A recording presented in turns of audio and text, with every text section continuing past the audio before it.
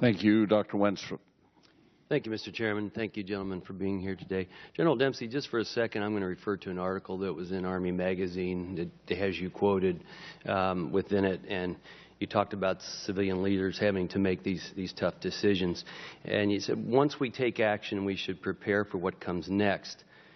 Deeper involvement is hard to avoid. You also referred to use of force is no less than an act of war.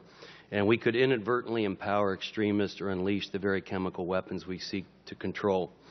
Fuller quote in your letter to Senator Carl Levin, the chairman of the Armed Services Committee in the Senate, said, "I know that the decision to use force is not one that any of us takes lightly.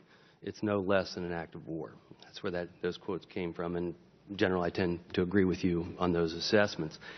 And then Secretary Kerry, and I'm sorry he had to leave, but I'll address this to him. You know, he said, what we have to do is make clear to people we're not going to war. We're talking about war. That makes it very difficult for us to hear one comment that this is no less than an act of war, and then the Secretary saying we're not going to war. And military actions are always going to have a greater chance of success within this country if we have the backing of the American people, which is difficult right now. And it's difficult to make that case when you hear these two seemingly diametrically opposed opinions of what we're doing. I'm going to make this easy. This should be a yes or no answer for you, which after a long morning you might appreciate. But I pose this question. I'll ask Secretary Kerry for the record.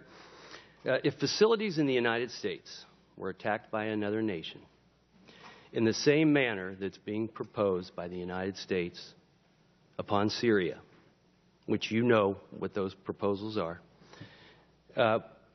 and has been described as a severe consequence to the Assad regime, if these were enacted on the United States, the same things we're proposing to do, would you consider that an act of war against the United States of America? I won't answer one question, but I'll answer briefly. I have said in previous testimony that the strike would be an act of war. I think the distinction the Secretary is making is that the connotation of war, the kind of vision of war, is protracted, long campaigns, and that's not what we're envisioning. Thank you. So then your answer would be yes, you would consider the same type of thing upon the United States as an act of war. For a soldier, when you put them in conflict, it tends to be a war. Yes, sir. Secretary Hagel? No, I think that's right. This is an issue of, I can understand the definitions of what is war. You know, we haven't declared war in this country for a long time, but we've been in some.